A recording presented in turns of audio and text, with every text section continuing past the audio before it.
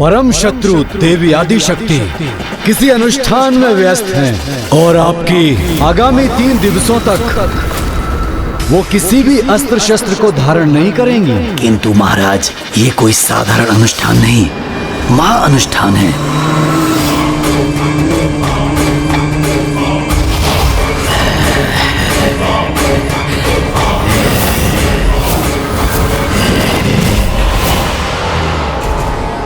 हाँ असुर सम्राट, विंध्याचल पर्वत पर स्थित होकर वो कोई बहुत बड़ा असाधारण अनुष्ठान कर रही हैं, जिसके मंत्र जाप की शक्ति से मेरे पंख भस्म होने लगे। चिंता मत करो लोचनसुर, अवश्य वो अपने अनुष्ठान से मेरे समान शक्ति प्राप्त करने का प्रयास कर रही होगी, किंतु मैं उस देवी के अनुष्ठान को पूर्ण ही नहीं होने दूंगा। गणासुर!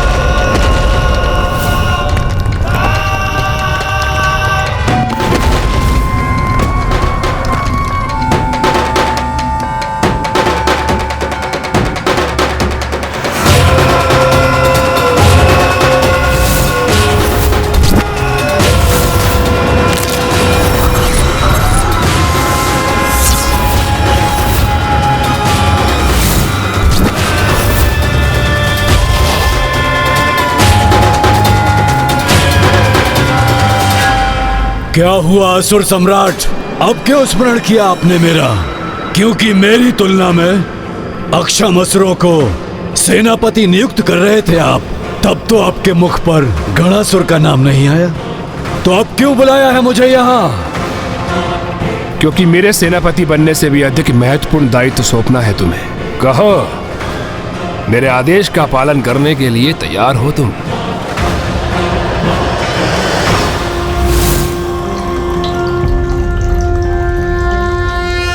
ओम नमस्ते देवेशाय सुरासुर नमस्कृताय भूत भव्य महादेवाय हरित पिंगल लोचनाय बलाय बुद्धिरूपिणे वैयाघ्रव संचदायारणयाय ओम नमो नमः।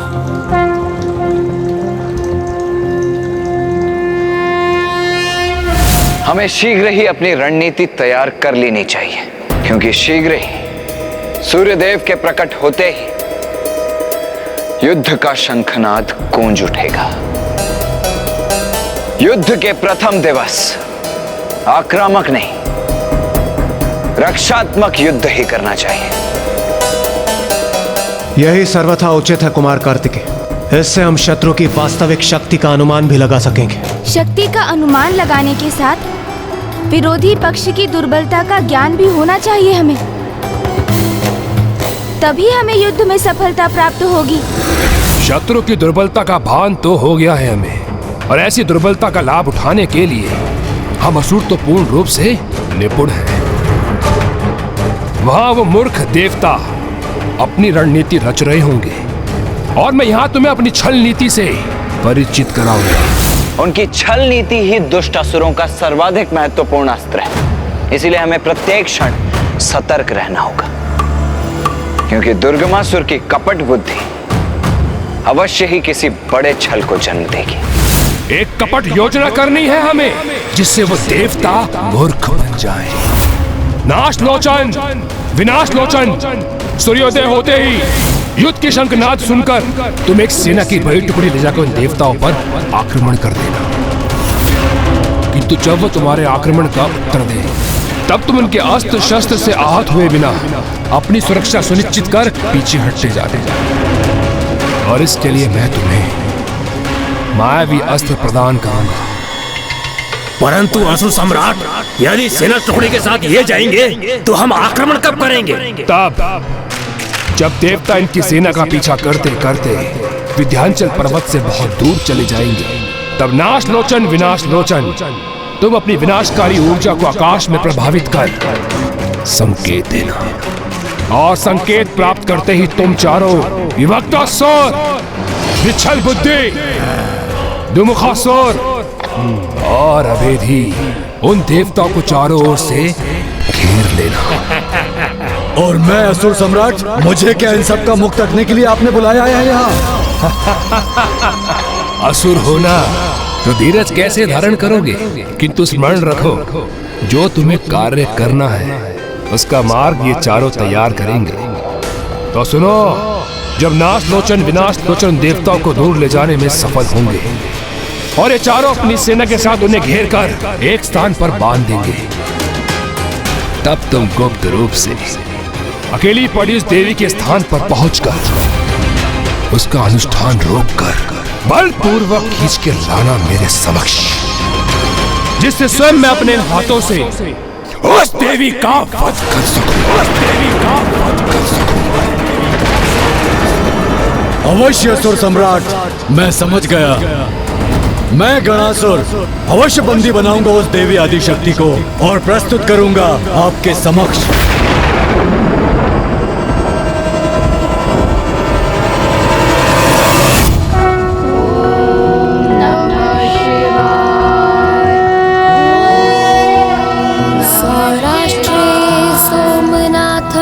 श्रीशैले मल्लिकार्जुनम् उज्जैन्यां महाकालमोङ्कारं परमेश्वरं केदारं हिमवत्पृष्ठे। ये कलश में जल समाप्त क्यों नहीं हो रहा है? ये कैसे संभव है? भक्ति की शक्ति असंभव को भी संभव कर देती। जिनकी जटाओं में स्वयं देवी गंगा विराजती हैं, उनके अभिषेक के लिए ये कलश जल विहीन कैसे हो सकता है? ओम नमः शिवाय। सौराष्ट्रे सोमनाथं च श्रीशैले मल्लिकार्जुनम् उज्जैन्यां महाकालमोङ्कारं परमेश्वरं केदारं हिमवत्पृष्ठे डाकियां भीमशंकरं। गणासुर, उचित समय देखकर उस देवी का अनुष्ठान बाधित करना, तब वहां निशस्त्र होगी और उसके सहयोगी देवता उससे बहुत दूर होंगे, फिर तुम्हें वहां कोई नहीं रोकने वाला होगा। अगले 3 दिवसों के युद्ध में हमारा एकमात्र ध्येय होना चाहिए उन असुरों को मां से दूर रखना। समझ गए ना आप सभी? समझ गए? जी देव सेनापति कुमार कार्तिकेय, हम समझ गए। उचित है सम्राट दुर्गमासुर जी, आपकी योजना हम भली भांति समझ गए। तो फिर होने दो युद्ध का उद्घोष। सूर्योदय के साथ ही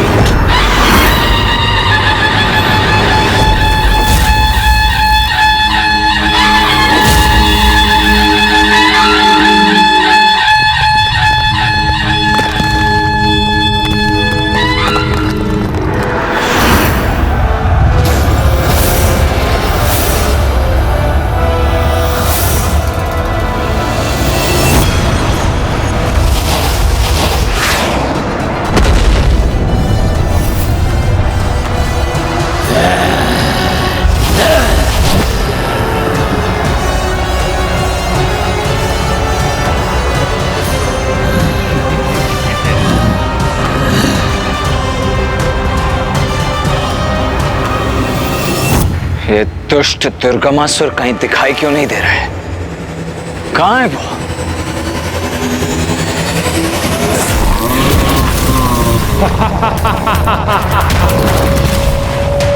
देवताओं, आज के इस प्रथम दिवस युद्ध में तुमको मेरे योद्धाओं से युद्ध करना होगा, जिससे मैं देख सकूं तुम में मुझसे युद्ध करने की योग्यता है भी या नहीं?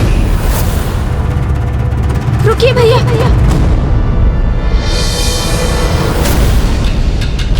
भैया, हमें रक्षात्मक युद्ध करने की अपनी योजना पर ही स्थित रहना होगा, जिससे हम इसकी कपट योजना याद कर सकें। शत्रु हमें दोनों ओर से घेरने को आतुर है। हमें भी अपनी सेना को 2 भागों में विभक्त कर लेना चाहिए। भैया, आप उस ओर बढ़िए, मैं इस ओर बढ़ता हूँ।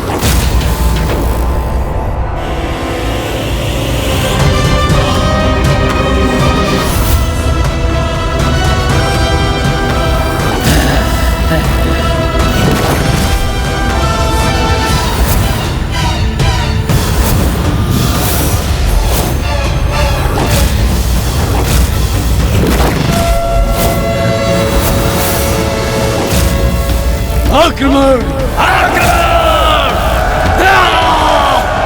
जय माता आदिशक्ति!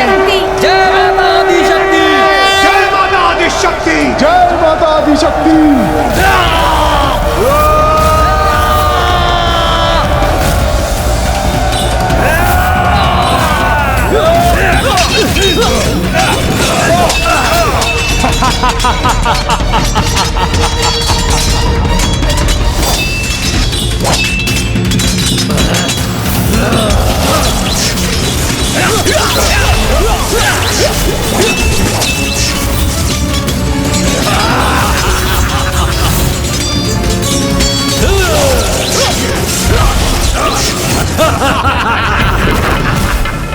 इंद्रदेव, आप अन्य देवताओं के साथ मिलकर इन असुरों को पीछे जाने पर बाध्य कीजिए।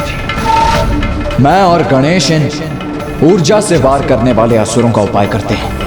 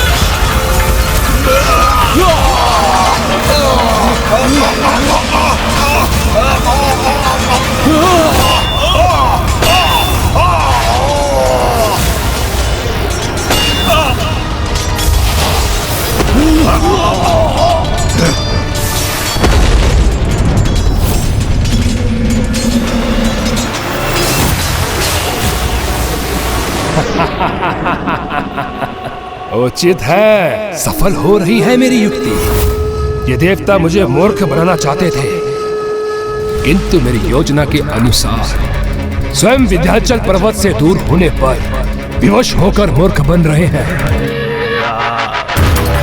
गणासुर!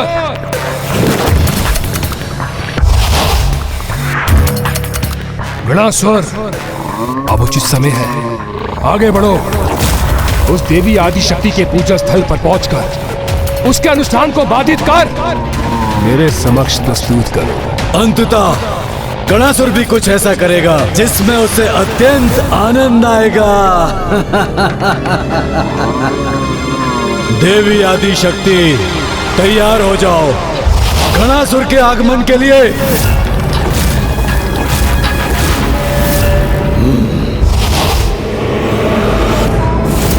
देवी आदि शक्ति, यथाशीघ्र गणासुर तुम्हारे स्थान पर पहुंचकर तुम्हारे अनुष्ठान को भंग करेगा और ये तुम्हारे देवता मेरे असुरों के साथ इस युद्ध स्थल में उलझे रहेंगे।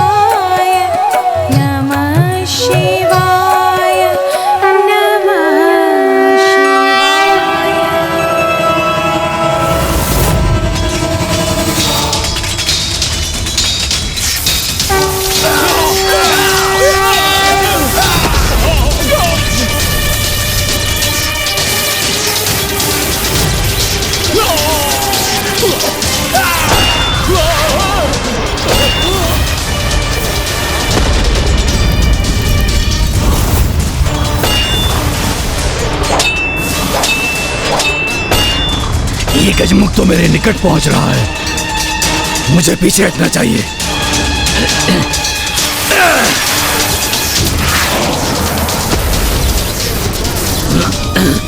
दुष्ट असुर, अब मैं तुम्हारी इस ऊर्जा से और विनाश नहीं करने दूंगा।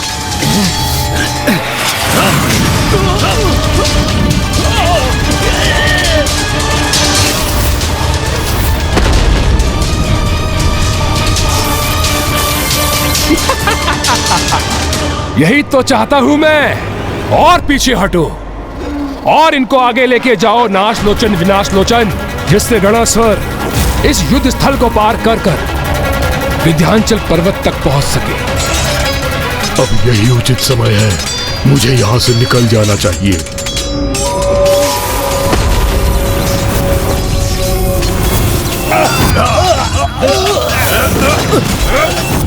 बहुत महत्वपूर्ण कार्य करना है मुझे, सभी की दृष्टि से बचकर आगे बढ़ना है।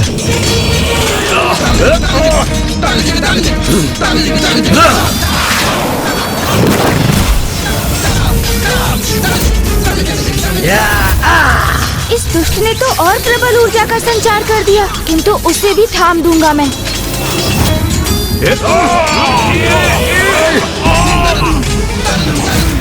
उचित अवसर है ये, यहाँ से आगे निकलने का गणासुर।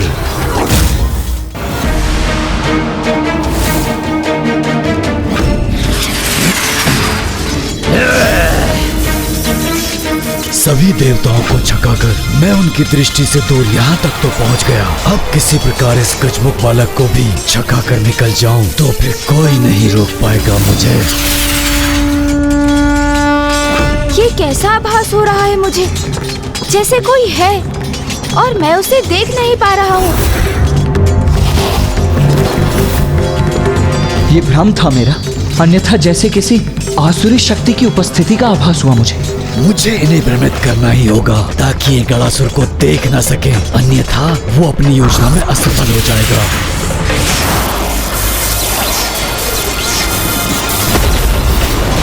तुम अभी भी समझ नहीं सके असुर, तुम्हारी ये ऊर्जा मुझे कोई क्षति नहीं पहुंचा सकती। अभी तो इससे तुम्हें ही आहत करूंगा मैं।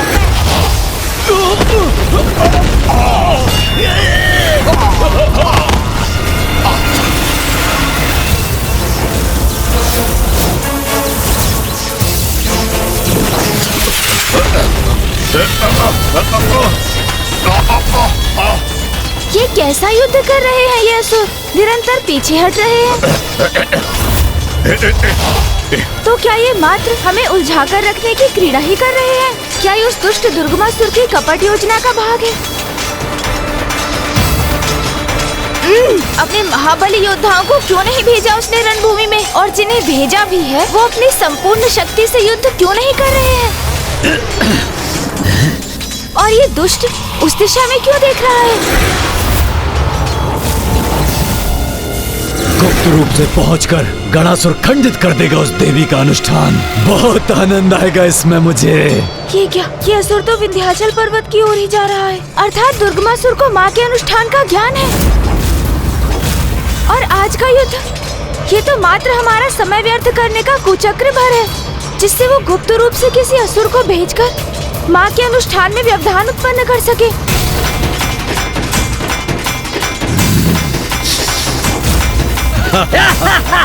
मात्र 2 महाबली असुर क्यों हैं यहाँ? अन्य सभी कहाँ हैं? और दुर्गमासुर स्वयं युद्ध क्यों नहीं कर रहा है? क्या छल है इसके पीछे? भैया, ये दुर्गमासुर का एक जाल है, जिसमें हमें उलझाकर दुर्गमासुर ने किसी असुर को माँ के अनुष्ठान में बाधा डालने के लिए भेजा है। और माँ ने तो प्रण लिया है कि इन दिवसों में वो अस्त्र शस्त्र कदापि धारण नहीं करेंगी। अर्थात वहाँ किसी असुर की उपस्थिति एक बहुत बड़े संकट का संकेत है भैया। उचित कह रहा है गणेश। माँ अस्त्र धारण नहीं करेंगी तो नव दुर्गा माता भी स्वयं माँ की ही अंश होने और पूजा में उनकी सहायक रहने के कारण माँ के समान ही अस्त्र शस्त्रों से दूर रहेंगी। ये कपट है इन दुष्ट असुरों का। इन दुष्टों से और अपेक्षा भी क्या की जा सकती थी। बहुत हुआ रक्षात्मक युद्ध, अब आक्रामक युद्ध करेंगे हम।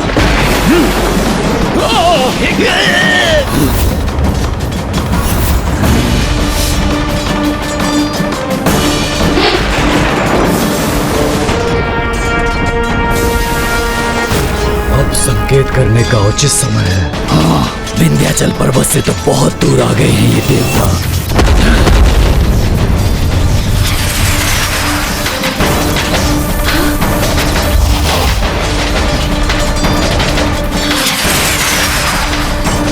छल, बहुत बड़ा छल।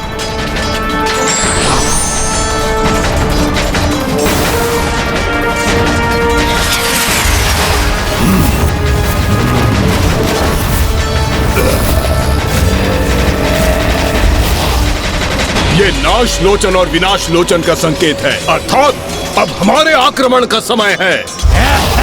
असुरों, इन देवताओं को इस युद्ध में इतना उलझा दो कि कोई गणासुर को रोक ना पाए और माता की पूजा भंग करने में वो सफल हो जाए।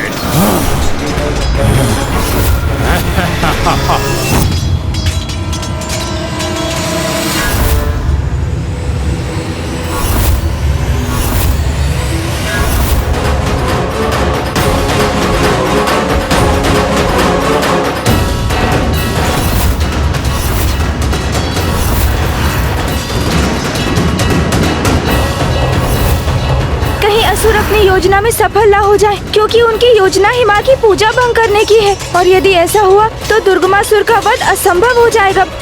युद्ध में जब किसी का मनोबल टूटता है तो खड़ग और भाले भी स्वतः ही टूट जाते हैं। इसलिए एक योद्धा को अपने अस्त्रों की तुलना में अपने मनोबल को अधिक मजबूत करना चाहिए।